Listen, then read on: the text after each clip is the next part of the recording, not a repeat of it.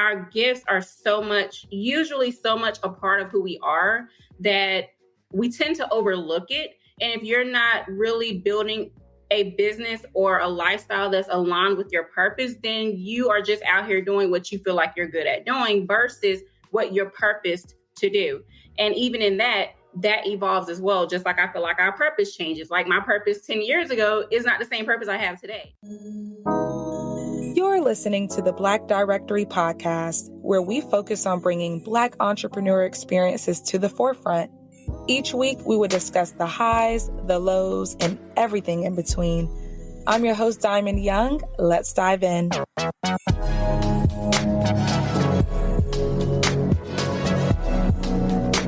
Hey, everyone. Welcome back to the Black Directory Podcast. I am so happy to see my guest today because this is someone that I know. So it's always cool to just interview like a family friend, someone that you've been following for a long time, supporting for a long time. And I'm just so excited to have Miss Shavannah Moore on the show. How are you? Hello. I'm doing amazing. I'm so honored to be here. Thank you. Of course. I'm happy to have you here. Tell everyone where you are currently located. Yeah, so I am in North Carolina area. Whoop, whoop. Whoop, whoop. I love having some North Carolina guests. I'm like, that's home. So I know I talk about Houston a lot, but Carolina is home for me. That's where family is. That's where friends are. So it's always good to see a familiar face, but I'm so happy to have you on the podcast so that everyone can learn more about Miss Shavannah and just what you're doing. And you're creating so much impact. Like every time I see what you're doing online, I'm like, wow, I see longevity. And I think that's something we're all aiming for, is to be in any industry, right? Whatever industry we're in, and really hit the ground running. Of course, everyone has a story, which we're going to get into because it may have not always been just like crazy. Definitely. And people think it's overnight success and wow, who is this person? And I think, that's something I'm really looking forward to today, is you telling us like, no, this is what was really happening. This is my story. These are the things I went through. This is where I'm at, to where I can have that impact and lead others and teach others. But before we even get into the good stuff, let everyone know about your business and what it is that you do. Sure. So thank you again for having me. I'm totally honored to be here and share with all of the amazing leaders that will be watching or listening to this podcast going forward. So my name is Shavannah Speaks More, and I am a life coach, a speaker, and an executive producer. And what I do is I help leaders, high achieving leaders around the world, really embody and become the elevated version of themselves so that they can let their voice be heard, share their story with the world, and build a business that impacts the globe. So in short, that's what I do. That's what I'm about. I'm all about it used to be just women's empowerment, but what I began to understand is what I do is universal. So I can't really apply a certain, title to it. It's just empowerment across the globe. So because everybody needs empowerment, everybody needs to be impacted, and everybody needs to know how to really embody and become the elevated version of themselves so that they can become a more effective leader or business owner or mom or whatever the case may be. We all need that, especially right now in today's world. So that's just a little bit about what I do. And I guess we'll get into more of that going forward. Yeah. And I love that you mentioned about how at first it was more women empowerment based. And it's like, wow, I can empower more people and everyone. How did you kind of make that decision? That's something that I've struggled with on my end, where it's like, we always hear, oh, who's your target audience? And sometimes it can be so like a niche, and it's like, okay, it's this group or that group. How did you decide, I guess, which group to choose for who you wanted to serve? And I guess I just want to know your thoughts on changing your mind, because I think businesses elevate and you grow. And sometimes you made a decision in your first few years and then you change course. And So I just want to know your thoughts on all of that. Yeah, that's a really good question, actually. One thing I will say, if anybody follows me, even after this interview, what people will understand is I've never really been one to stick to the rules when it comes to, you should do your business this way, or society says that you should, because I have been one to literally kill the status quo of everything that people said was not possible. So that's the first thing I want to make mention to, because I do believe in niching now. I absolutely believe that in business, we all have to have a group of people that we cater to. However, where it really shifted for me was during my, I guess, evolving, right? Because I believe that we are all spiritual beings having a human experience. So we are all created to evolve. As we evolve, so will the people around us. So will our business models. So nobody stays the same. So I started this journey probably about 8 or 9 years ago. And at that time, my target audience was primarily women. Why? Because those were the people that I felt that I could relate to the most, right? During my, I guess, considering my challenges and the things that I had faced as a mom, as a woman, as an African-American woman, just in the world, I felt that those group of people really understood me. So as I continued to evolve and really delved into coaching and getting my story out to more people and really expanding, right? The expansion is really what did it for me. And I remember I was on a few classes and I had to do speak at a few events, and I had a lot of men ask me hey, how can I work with you? And I got tired of saying oh, well, I only cater to women, or I only work with, because it wasn't fair, right? Because again, the principles that I teach, they're universal. So it really doesn't have a specific gender. And I really had to sit with myself and say, okay, Shavannah, why is it that you only cater to women? So I'm really big on asking myself questions make it make sense, right? Why are you limiting yourself when you're building this brand called Limitless, right? Everybody's limitless. We're all human beings. So that does not specify one group of people. So I started opening it up, and I started to really cater to high achieving leaders versus just women. So now I work with leaders that are world-class leaders. They're influencers, they're celebrities, but they are at a level where they have accomplished the success. They have achieved things beyond their wildest dreams. However, they're stuck. They're really stuck trying to figure out what's that next move. And that's where I come in, because I feel that our gifts are usually so much a part of who we are, that we tend to overlook it. And if you're not really building a business or a lifestyle that's aligned with your purpose, then you are just out here doing what you feel like you're good at doing versus what you're purposed to do. And even in that evolves as well. Just like I feel like our purpose changes. Like my purpose 10 years ago is not the same purpose I have today. Even though the mission is the same, it's still a different purpose because I'm evolving, right? So that's kind of how my journey went as it relates to just really shifting from identifying, oh, I only work with this group of people, to now working with a more elevated group of people, but not necessarily specifying if it's gender related, like if it's women or men or whatever the case may be, because everybody needs this. Everybody needs mindset work and personal development, right? No, I totally agree with you. And I see the importance of exploring. I think sometimes, especially for new entrepreneurs, we just pick something and we just get stuck there. And this is what I've always done, versus let me use my first 6 months to a year to figure out who my audience is, or who's even gravitating towards me, or just at least seeing what that looks like to work with different people and just see what happens, So I'm totally in agreement with you. And you talked a little bit about gifts and purpose versus just, hey, I'm good at this. And I know that can get blurry for some people, but I want to kind of take it back to just get more into your journey. When did you first kind of start discovering your purpose? Like, what do you feel like? And again, I know you say that it's changed, but what did you feel like your purpose was or is? And what was that journey to get there of like, oh, wow, I think this is what I'm supposed to be doing? Sure.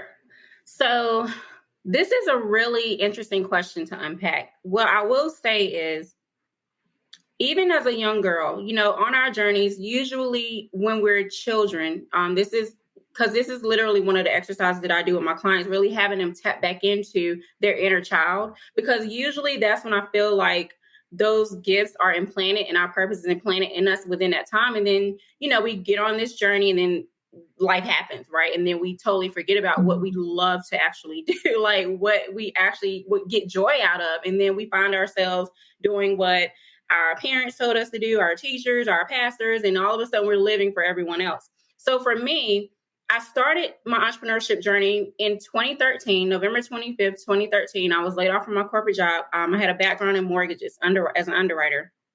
And at that moment, I always knew that I wasn't destined to work for someone. It was just kind of like that intuitive, I guess, level of consciousness that I had encountered.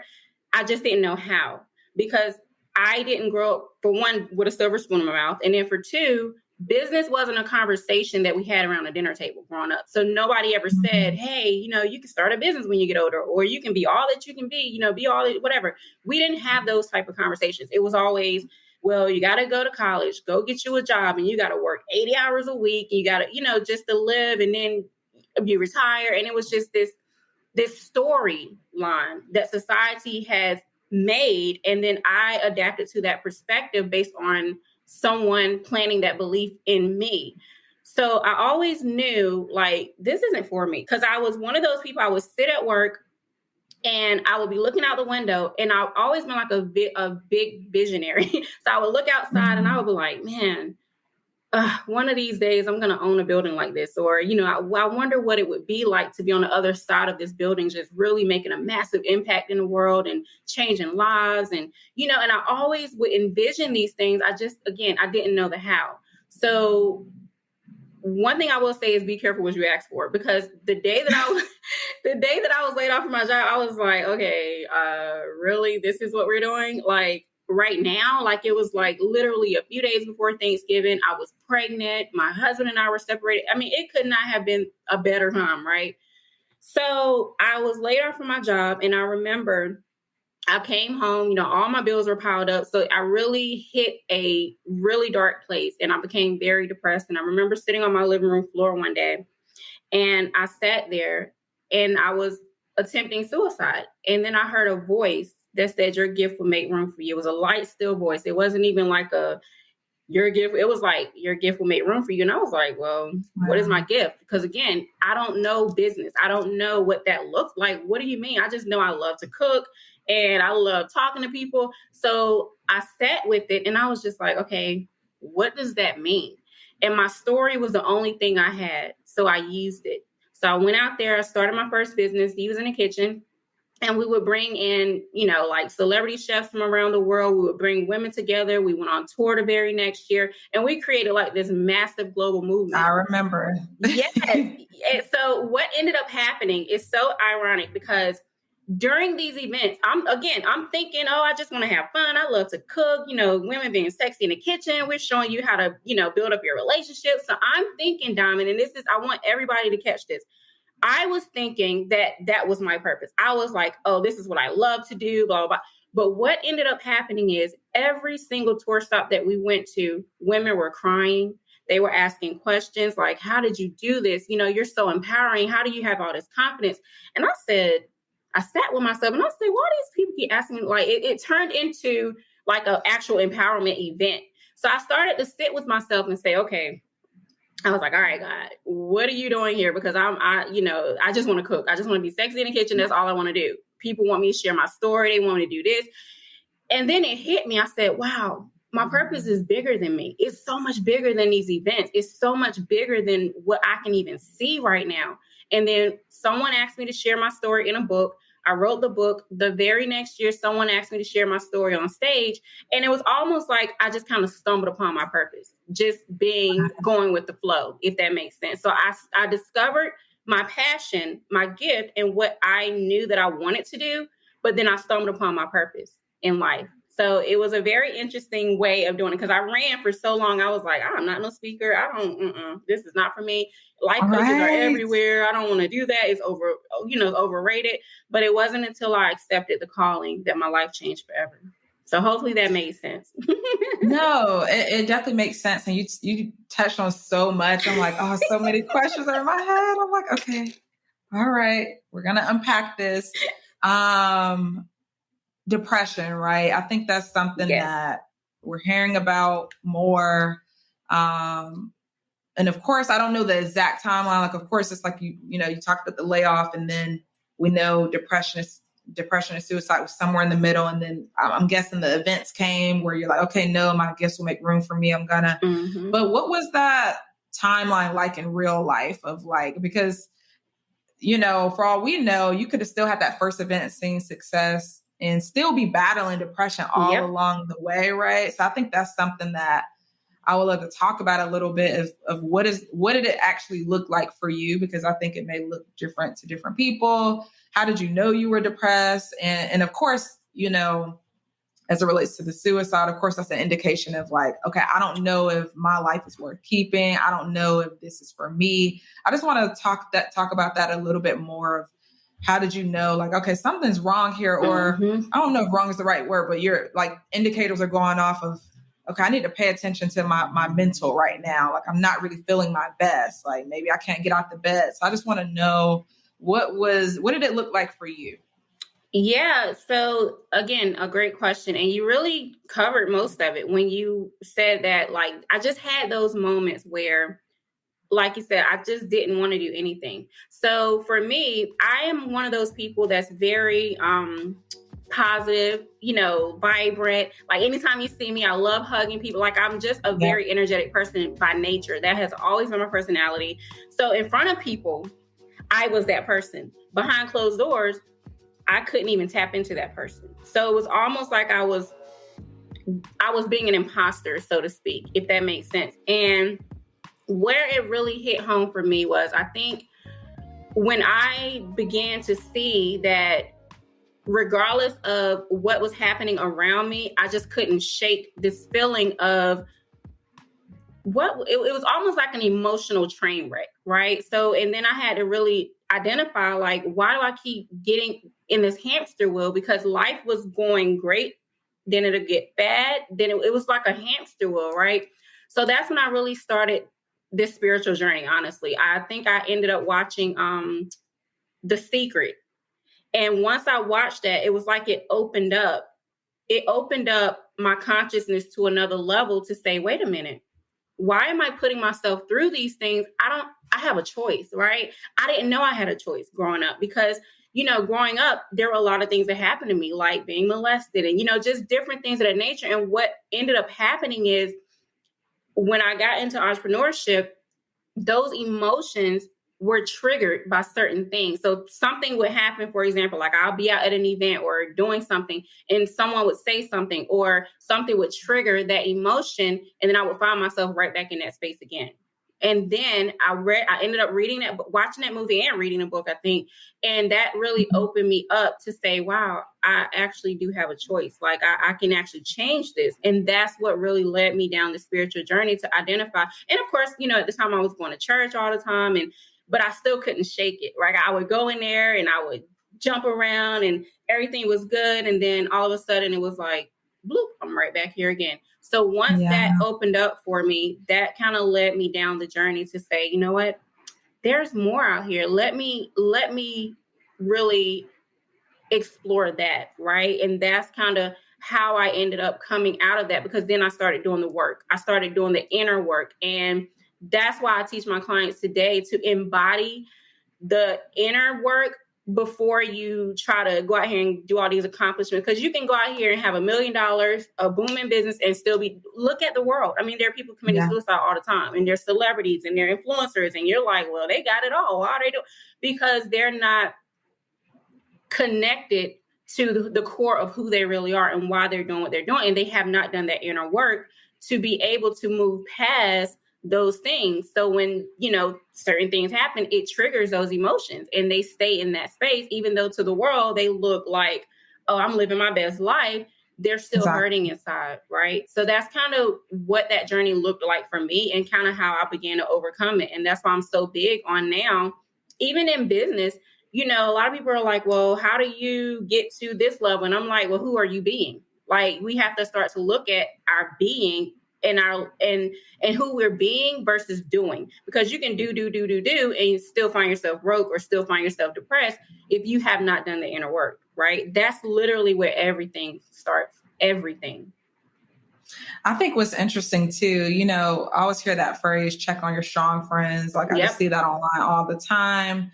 And it's interesting that you were in places and people, maybe they couldn't pick up on it. And I think that's what's interesting too, right? Yep. It's like, sometimes people just, they don't know, right? Or it's not, we're not trying to show anybody. It's just kind of like, oh, well, I'm gonna leave that at home. And here I'm locked in.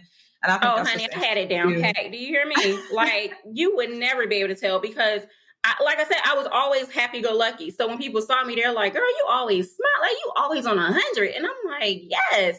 And then I go home and it was a different story. Yeah. And I think that's always interesting, right? I think even today with, oh man, now her name is slipping me, but the pageant, the Miss, Chesley, suicide. And I think so. And again, people are like, I just talk to her, or I talk to her every day. She's, you know, you just don't know what people are battling. But I just definitely want to spend a little bit of time today, because I do think that everyone, you know, it doesn't, it's not biased to anyone. Anyone could go through this, but I do think it shows up in entrepreneurship as well. And it's something that, you know, I think as entrepreneurs, everyone seems so strong, like, oh, you're entrepreneurship, you're a leader, you're dominant, or, you know, whatever stereotypes or whatever is going on. But it doesn't mean that we're not bringing home those thoughts and feelings and everything with us at home and just whatever else we're going through. But it really is amazing to just really build our mindset back up, because it's a mindset shift, right? Yes, it's a spiritual journey, but it's really like even those daily habits and thoughts on a daily basis, rather. And it's catching ourselves, because it's so easy to think in such a negative way, right? Or look at the negative. It could be a perfect event, everything went well, and it's just that one thing where it's like, dang, you know? So I think it's just trying to retrain our minds and reset, reshift of like, okay, how do I kind of get in a more healthy mindset? But it's even better now that you're able to help other people, you know, with your personal story. And then of course with coaching and just mindset coaching in particular. And so I think we're kind of starting to see how you got into coaching, right? Like you were doing the cooking and the events. And I think that's interesting as well, to where you said before, you're not really like a planner, and it's cool to see how sometimes we want to be in control, right? Like I'm a person, I'm like, 3-year plan, 5-year plan. Okay, I'm going to do this event, and in an ideal sense, this event may make this amount of money. Like I just love seeing the numbers, and I love playing with scenarios. And it's interesting how life goes, you know, in real life. And so what do you think about that, being a planner versus kind of going with the flow? Have you found it just more beneficial to just... So with this question, so let me say this. I definitely plan. Like I am not one of those people just like, oh, I'm just going to wake up every day and twiddle my thumbs. So I definitely have a plan. However, what I do differently in my business that doesn't make a lot of sense to a lot of people is I'm very intuition led, meaning, so for example, I'll say it like this. I have a planner. I still have a planner to this day. I write down, you know, appointments, meetings, my clients, blah, blah, blah. I used to have like 4, 5, 6, 7 things that I needed to do every single day. And I started to find that it was overwhelming, and it didn't feel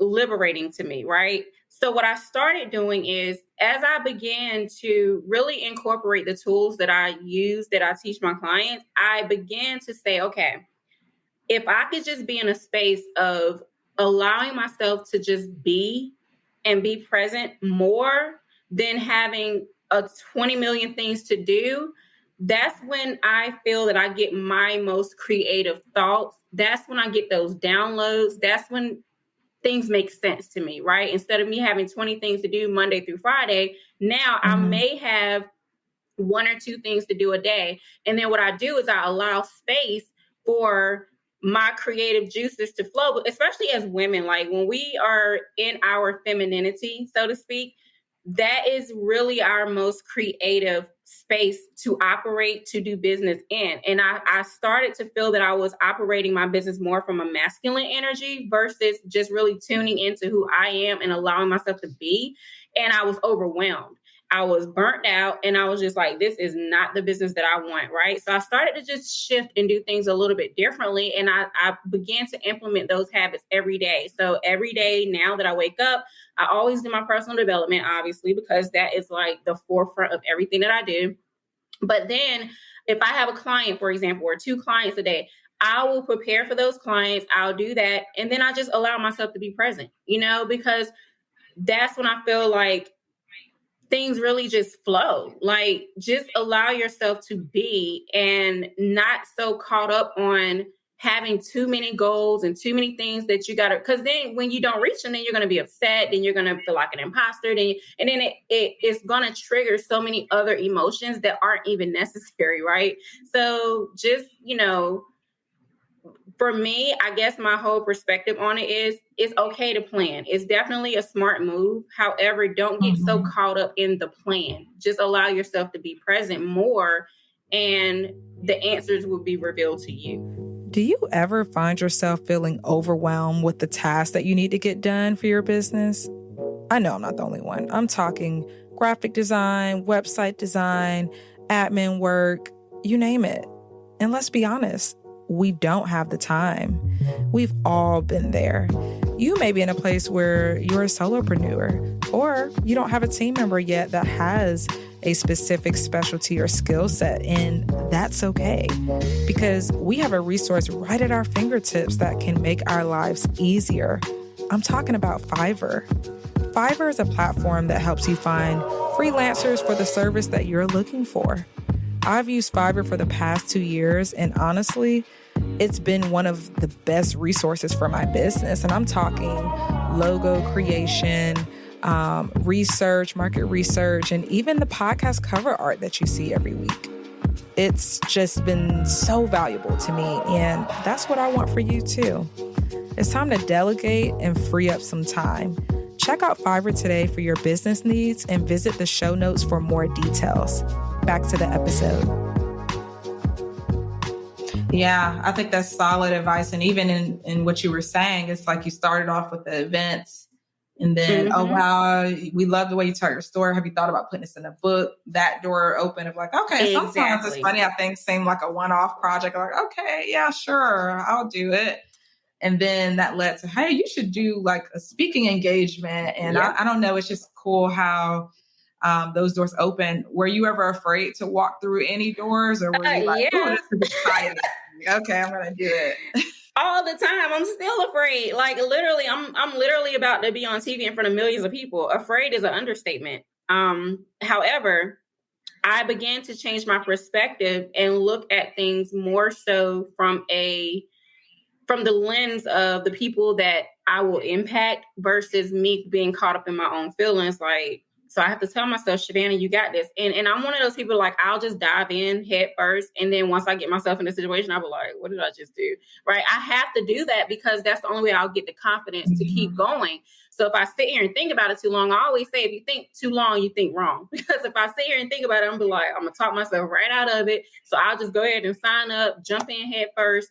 And then when it's time, I'm like, holy crap, what did I just do? But at that point, I have to be accountable for moving forward, right? But it builds up my confidence and my courage. And honestly, that's really the key to business. Like, just having the courage and the boldness to step into the unknown, because that's where all the magic is. I totally agree. Some of my most boldest moves were my best moves. Super scary, super uncomfortable, palms sweating. Everyone just like reacts to certain things differently. But I'm like, oh my gosh, like, why am I doing this? Like, I think about that every day. Like, how did I get here? And why am I, even though I can't imagine it any other way. So what did they say? Be careful what you pray for. Because half the time it's the things we ask for, or sometimes we ask for things, but we don't know the package that it'll come in of like, oh, wow, I would have never predicted this, but it was technically what I kind of was asking for. Because sometimes you can ask for more opportunity, but you don't know what that really means, or for Yes. doors to open. And it's like, okay. Yep. All That's right, so I'll true. open some doors. So I think it's just powerful, like what we speak and what we're working towards. But have you ever had, and I guess this kind of what goes to what we're talking about, have you ever had moments where you felt imposter syndrome of like, okay, yeah, I did it and I did it good that one time, but I don't feel like, I think it's that pressure to be an expert nowadays where it's like, okay, like, Mm-hmm. should people really be charging me for this? Or, you're just kind of, I don't know, that process of like Mm-hmm. something's this new territory. You may have even tried it once and it went well, but have you felt that feeling of like, I don't know if I should be doing this, if I should keep moving forward, Yes, or we had to pivot? most definitely. So I will say this too. I don't necessarily subscribe to the belief of the imposter syndrome. Not any longer. 5 years ago I did. However, what I have come to find just on my journey is the only way that you can really be an imposter is if you are deliberately showing up as someone that you are not.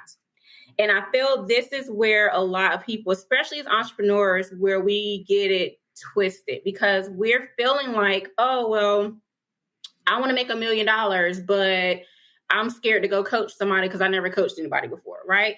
Mm-hmm. To me, that doesn't necessarily deem you an imposter. What that is, and what I have found in working with 95% of my clients is it always boils down to an identity issue, a worthiness issue. It's never about being an imposter because once you really do the work and you really dive deep on what triggered that emotion, because I want people to think about like in the moments that you feel that way, where did that emotion come from? Where did you first identify that as an emotion that you link to your subconscious mind to say, I can't do this? So for example, like for me, when I was in high school or in school period and just growing up and all of that other stuff, I was always told what I couldn't do. So Mm-hmm. subconsciously, I had adapted to an identity of I can't do this, right? So you got to imagine jumping into business. My God, like I was like, what me traveling the world? Going, I can't do this. Who am I to do this, right?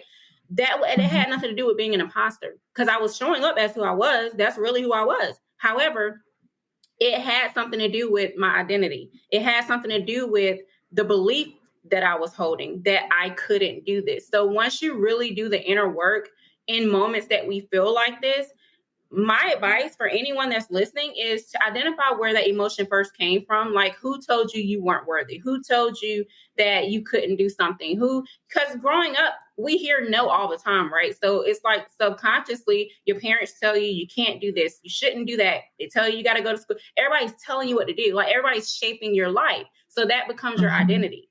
And then when we get into business, we hold these beliefs subconsciously that we don't even know that we're holding. So then when we're stepping into the unknown and we're doing things that our subconscious mind has never seen before, it's coming off as, oh, well, I'm an imposter. No, you're not an imposter. We Yeah. just have to identify where the emotion is being triggered from and deal with that root issue. Once you deal with that, you'll feel unstoppable. Not saying you won't still have challenges, because every level you get to, there's going to be a limiting belief that tries to hold you back. But again, it's subconscious. Where you are is based on your belief, period. It all boils down to your belief and your identity and your feeling of unworthiness. So absolutely, I have had those moments. Every level I get to, I have those moments. I just know how to do the work to get myself out of that funk and keep it moving. Yeah. No, I think that's super important. And I think it kind of taps into exposure. Like when I think of moments where I would be like, oh, I feel like a fraud and imposter syndrome, Mm-hmm. just call it something crazy. You're just like, oh, I Mm-hmm. just feel like I think it's moments where it deals with changing a price, Yes. right? That's always a scary feeling of like, can I charge this? I don't feel like I've been doing this for X amount of Exactly. time. And that's what I mean by exposure, because it's like, because you haven't seen it. Like, so for me, it's price and it's age. Like when I think of successful people, they're like a certain age group. So if I haven't seen a younger person do it or a younger Black person do it, it's Mm-hmm. about your environment and what's normal. So if you haven't seen it. So I don't think, for me, I'm the opposite. Like my family it's a lot of entrepreneurs. Like my uncle is a chef, my mom's done hair. Like everyone's just hustle. Like that was so normal, but they may not be in my industry to where I feel like I have a tribe or people. And I know they say get around people that have done more than you. So, they're already ahead and you can see like, oh, wow, like, no, there is people out here having 4 or 5, 6-figure months or whatever. But if you haven't seen it, even if you hear about it, it's a little bit like, but me, like, I don't know, that person seems like they got it all together. They went to this school. They have this long list of accolades, or their resume is long, or they're on the board of this, like that comparison game, which I don't think social media necessarily helps. So I think for me, I felt it more with like either thinking about my age sometimes, or something about charging. Charging just gets really weird. I don't know why. Right. I mean, I know why, and it goes to worthiness, right? It's like, do I believe in the value of what I have? And I think it's the unknown of what you think the expert to the left of you has going on. And you're like, I don't know. I feel like I need to do this longer. That's what I feel like a lot of times. Like, no, maybe if I do coaching for like a year or two, I'll feel more confident to charge this. And I think it gets really like gray sometimes and like a blurry, blurry line.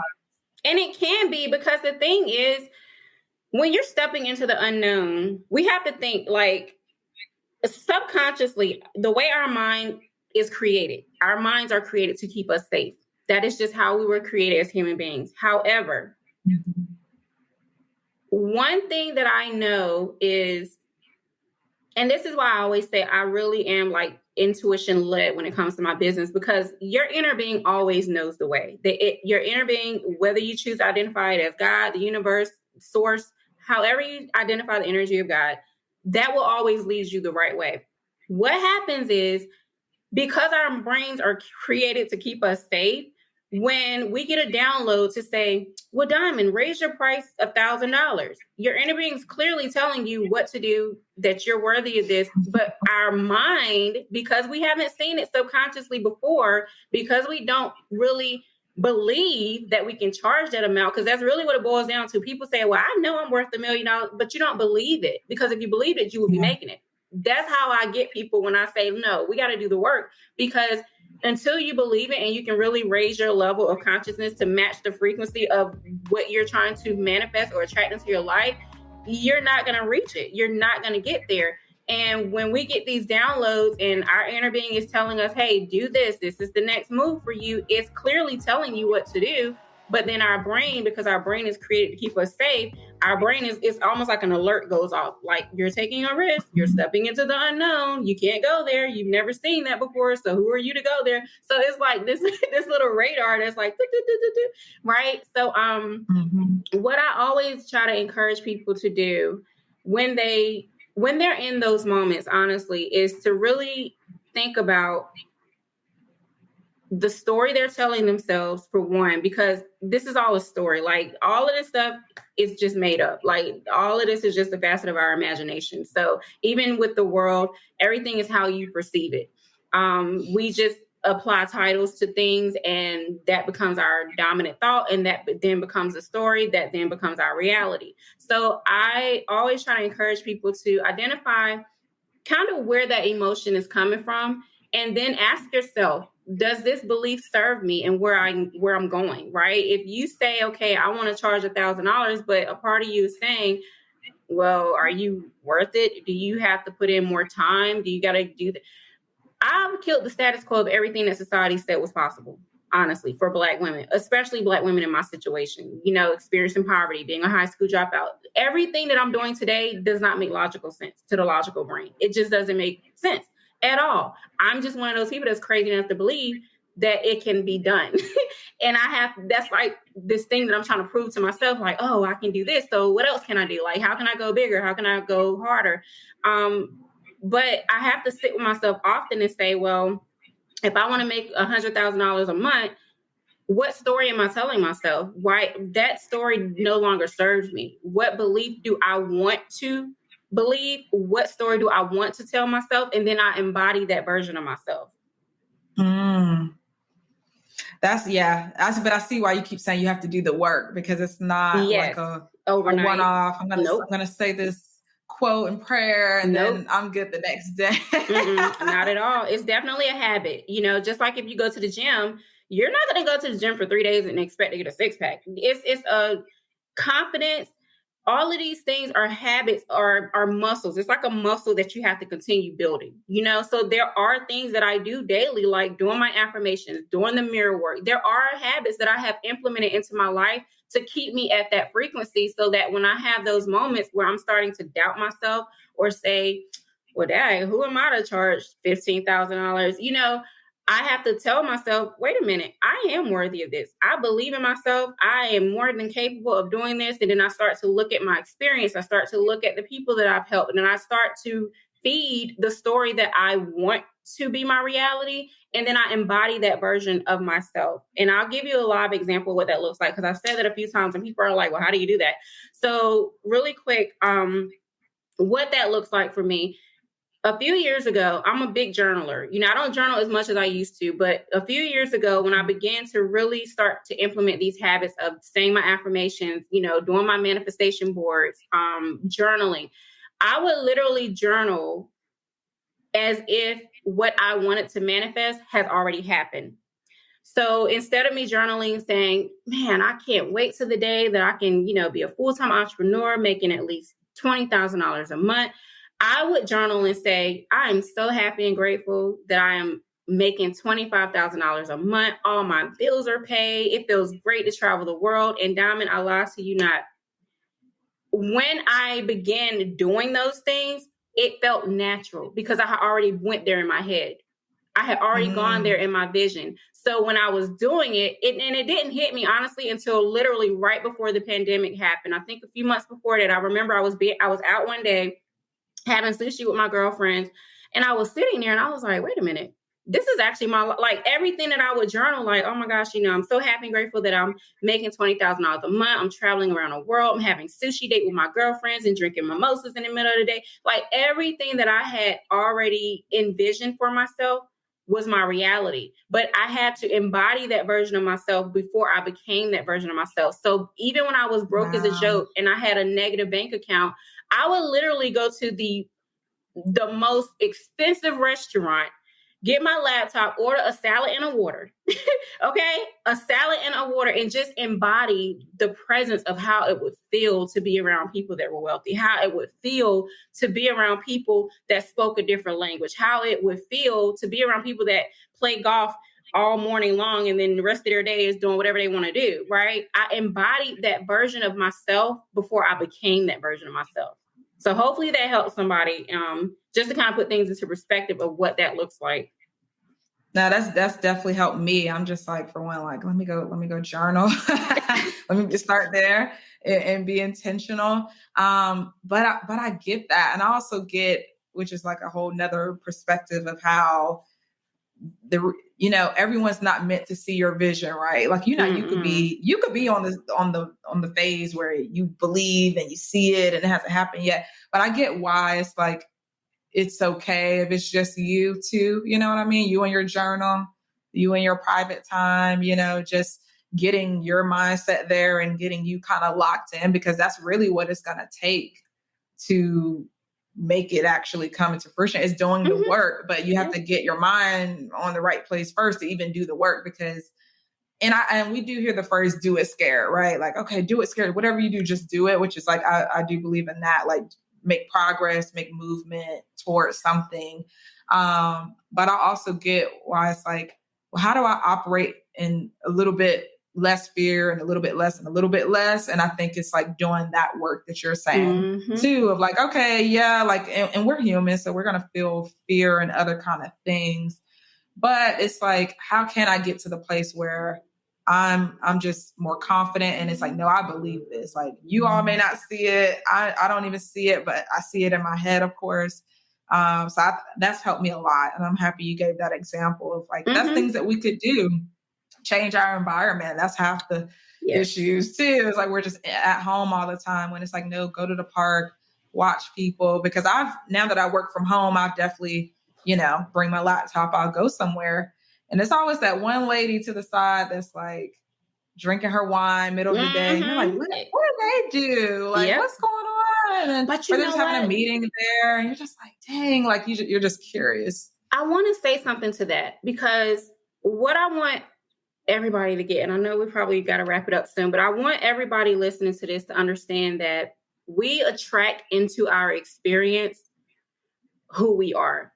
So to your point, if you're at the park and you see someone drinking their glass of wine, a part of you wants to be that someone. That's why you attracted that person to your experience. The only people that can come into our human experience, and the only thing that can come into our human experience that we attract, is a mirror to who we really are. So you are attracting certain type of people, or people that are always doubtful, or they just don't believe nothing. They're always complaining.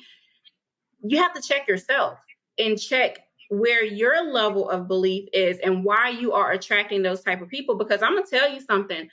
A few 8-9 years ago, I was attracting those type of people that were just broken. They always wanted to play the victim mindset. They didn't really want to do much with their life. And then once I started, traveling this journey, I had to sit with myself and say, okay, Shavannah, why do you keep attracting these type of people? Who are you being? Right? Because that's really what it all boils down to at the end of the day. If you want to attract a different caliber of people into your experience, become a different caliber of person.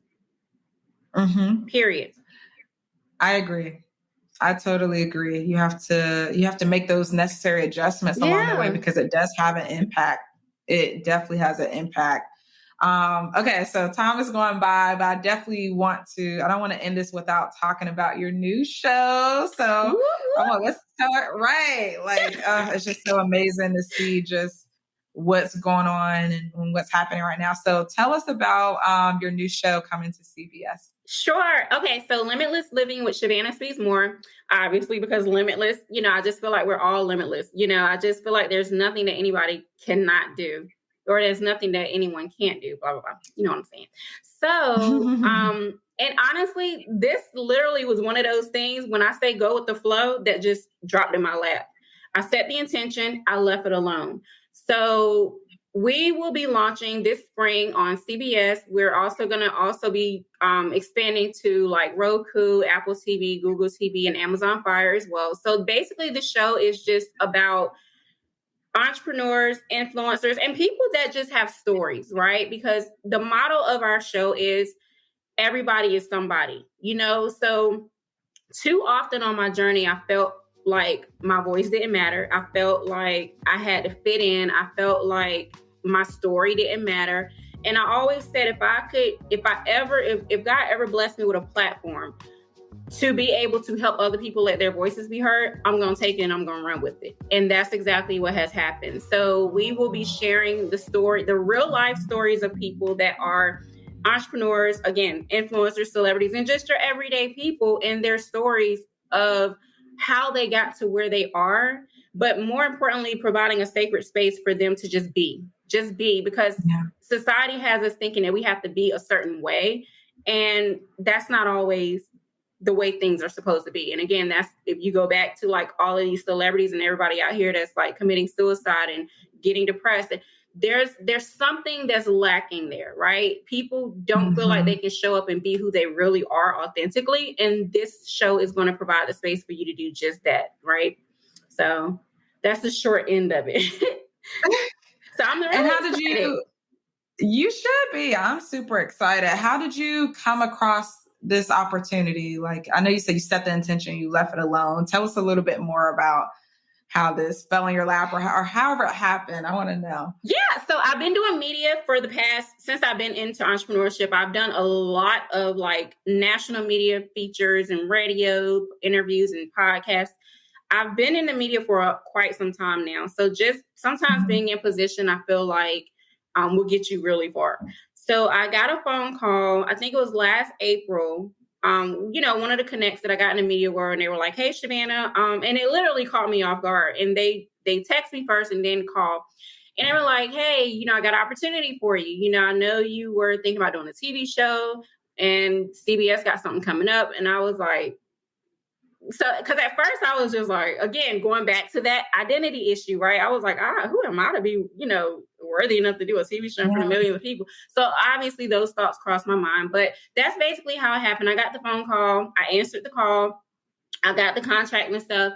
And the day before I signed the contract, I remember going to bed that night. And when I tell you, every negative thought that could come up against me came up to talk me out. And I almost talked myself out of this opportunity. And this is why I said early on in this interview, every level that you get to, you're going to have those limiting beliefs. You're going to have those identity issues that you're going to have to overcome.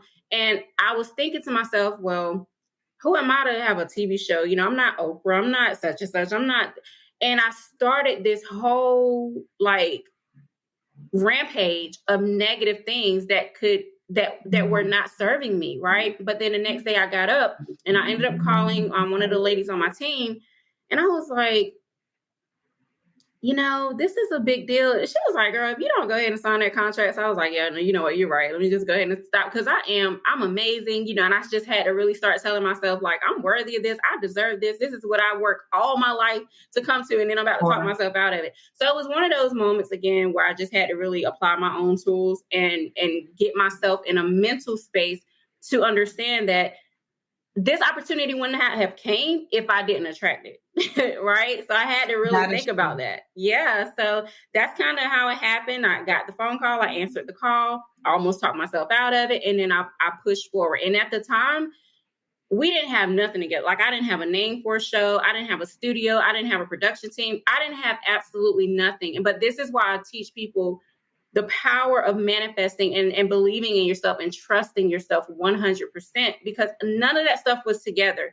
Within 2 to 3 months, we started recording. Everything just fell into place. So, and then here we are about to launch it. So if you don't get anything else from this interview, learn to trust yourself a little bit more, right? Because you wouldn't attract opportunities if it's not meant for you. It wouldn't even come into your experience. No, I agree. And it's amazing that you can meet someone from a different project or a long time ago, but people have you in mind. I think that's always pretty cool to see too. So like building relationships, maintaining them, just leaving good impressions, and people will think of you. You really don't know where you're being discussed. You know, we're not behind closed doors, but you never know who's talking about you and what opportunities are there. But I'm just so happy for you. I can't wait to check out the show. I've been kind of waiting and seeing all the posts. I'm definitely looking forward to seeing it. And I'm just so happy you were able to just share this with my audience and tell them more about the show and just more about you overall. So lastly, just let us know what's next for you. Oh boy.